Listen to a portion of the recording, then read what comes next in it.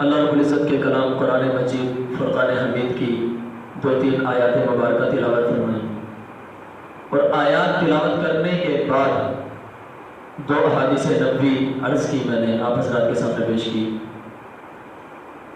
اور جس موضوع کے اوپر میں آج بات کرنے والا ہوں، بہت کم لوگ اس پہ بات کرتے ہیں اور بہت کم لوگ اس کی طرف توجہ دلاتے ہیں، حالانکہ یہ بہت انتہائی اہم بات ہے، اور یہ جو گفتگو ہے اس سے ہماری دنیا کی بھی اور آخرت کی بھی کامیابی منسلک ہے۔ ہماری کامیابی جڑی ہوئی ہے اس سے، ہمارے بچوں کی تربیت اس سے جڑی ہوئی ہے، ہماری دنیا اور ہماری آخرت کا تعلق ہے اس بات کے ساتھ۔ آج کل بڑا ایک عجیب ماحول بنا ہوا ہے، لوگ بات کرتے ہیں اور ایک طبقاتی فرق پیدا کر دیا گیا عوام کے درمیان اور علماء کے درمیان۔ جب بھی بات کی جاتی ہے کہ جی وہ مولوی اور یہ فلاں، وہ عالم اور یہ فلاں، وہ ایسے یہ ایسے، تو یہ جو ایک طبقاتی فرق ہے، حالانکہ علماء کو اللہ تعالیٰ نے الگ مخلوق تو نہیں بھیجی، اللہ تعالیٰ نے آسمان سے کوئی اور قوم تو نہیں بتائی، یہ ہمارے بڑے، آپ کے چھوٹے، آپ کے بچے، آپ کے بھتیجے، آپ کے رشتہ دار، ہمارے رشتہ دار، یہی لوگ تو عالم ہوتے ہیں، یہ جو مولوی ہوتے ہیں یہی لوگ تو ہوتے ہیں۔ اس کے باوجود ذہنی طور پر ہم ان سے اتنا دور کیوں ہیں؟ اس کے باوجود ہمارا اور ان کا جو ہے درمیان میں ایک جو خلیج بنا دی گئی ہے، جو درمیان میں ایک خندق کھود دی گئی ہے کہ وہ اس طرف کی قوم ہے، یہ اس طرف کی قوم ہے، ایسا کیوں ہے؟ اور آج ہم دیکھتے ہیں بات کر دی جاتی ہے، بڑی آسانی سے جملہ کہہ دیا جاتا ہے کہ جی دین سے دوری ہے اس کی وجہ سے گناہ بڑھ رہے ہیں، دین سے دوری ہے اس کی وجہ سے ماں باپ کی نافرمانی پیدا ہو رہی، دین سے دوری ہے اس کی وجہ سے لوگ گانے سنتے ہیں اس کو گناہ نہیں سمجھتے، دین سے دوری ہے اس وجہ سے مساجد ویران ہیں، دین سے دوری ہے اس وجہ سے قرآن کریم کوئی کھول کر نہیں دیکھتا، دین سے دوری ہے اس وجہ سے کوئی اللہ کا نام نہیں لیتا، ذکر نہیں کرتا، دین سے دوری ہے اس وجہ سے ہمارے اخلاق ختم ہو گئے، دین سے دوری ہے اس وجہ سے ہمارے اندر سے اچھی عادات نکلتی جا رہی ہیں، دین سے دوری ہے اس وجہ سے گھروں میں لڑائی جھگڑے پیدا ہو رہے ہیں، دین سے دوری ہے اسی وجہ سے ایک دوسرے کی شکل دیکھ کر کوئی راضی نہیں، دین سے دوری ہے اس وجہ سے جو مسکرانا سنت تھی، صدقہ تھا، وہ مسکرانا لوگوں نے ایک دوسرے کو دیکھ کر چھوڑ دیا، دین سے دوری ہے اس وجہ سے دلوں میں میل ہے، بغض ہے، دلوں میں حسد کینہ بھرا ہوا ہے۔ یہ دین سے دوری کا جو لفظ ہے، یہ جملہ ہے، یہ اتنا عام ہو گیا ہے، کوئی اس پہ غور ہی نہیں کرتا کہ بھائی یہ جو دین سے دوری ہے یہ ہے کیوں؟ یہ جو دین سے دوری ہے جس کی اتنی ساری خرابیاں جس کی وجہ سے پیدا ہوئی ہیں، جس کی وجہ سے لوگ اتنے زیادہ خراب ہوئے، اتنے زیادہ دین سے، نمازوں سے گئے، مساجد سے گئے، قرآن کی تلاوتوں سے گئے، یہ جو دین سے دوری پیدا ہوئی ہے اس کا سبب کیا ہے؟ دیکھیں جنگ جو ہے وہ 2 طرح کی ہوتی ہے، ایک جنگ ہوتی ہے ہتھیاروں کے ساتھ، اسلحے کے ساتھ، اس میں فوج ہوتی ہے، آمنے سامنے دشمن کا پتہ ہوتا ہے کہ فلاں ملک ہمارا دشمن ہے، فلاں ملک کی فوج آگے کھڑی ہوئی ہے، وہ ہتھیار ان کے پاس سامنے نظر آ رہے ہیں، ان کی تعداد سامنے نظر آ رہی ہے، ان کی نفری سامنے نظر آ رہی ہے، اور انسان جو ہے دو بدو لڑ رہا ہے۔ یہ جنگ کی پہلی قسم ہے، اس کو عسکری جنگ کہتے ہیں۔ جنگ کی ایک اور بھی قسم ہے، وہ جنگ جو ہے وہ نظریاتی جنگ ہوتی ہے۔ وہ جو نظریاتی جنگ ہوتی ہے اس میں کیا ہوتا ہے؟ دشمن کا پتہ نہیں ہوتا دشمن ہے کون، اور اس میں سامنے مقابلہ نہیں ہوتا، اس میں پیٹھ پیچھے سے وار ہوتا ہے، اس میں جڑیں کاٹی جاتی ہیں۔